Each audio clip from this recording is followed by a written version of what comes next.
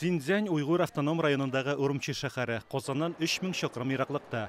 Шәһәр 8-нче Экспо Кытай-Евразия күргәзмәсендә катнашучыларны үзенә җыйды. Азык-төлек, авыл хуҗалыгы һәм текстиль җитештерүчеләр өчен халыкара мәйдан бу. 100 000 квадрат метр мәйданда энергетика, цифрлы технологиялар, туризм, төрле өлкәгә кагылышлы товарлар һәм хезмәтләр тәкъдим ителә.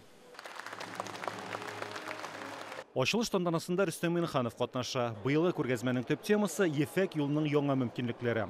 Биредә Татарстан стенды да урнаштырылган. Республиканың икътисади куәте тәкъдим ителә анда. Кытай белән товар әйләнеше узган ел 2 тапкырга артып, 3 миллиард доллардан күбәйгән. Экспо күргәзмәсе яңа хезмәттәшләр табу мәйданы да. Кытайның Коммунистлар партиясе комитеты сәркатибенең күргәзмә делегатлары белән очрашуында Рөстәм Миннеханов чыгыш ясады. Республика рәисе соңгы елларда Россия-Кытай мөнәсәбәтләренең ныгуын ассызыклый. Республика Татарстан на своем уровне старается вносить свой вклад в развитие российско-китайского взаимодействия.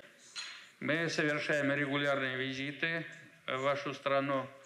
У Республики Татарстан подписано 7 соглашений с китайскими провинциями и также много соглашений между муниципальными образованием Китая и Республики Татарстан.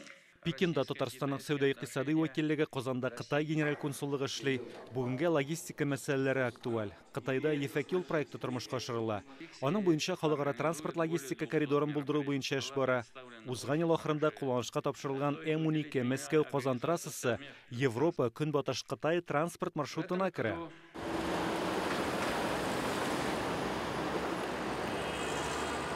Татарстан рәисе Синьцзянь җитештерү корпусының инженерлык үзәгендә булды. Оешма торак һәм юл төзелеше эшен алып бара Кытайның 500 зур предприятиесе исемлегендә.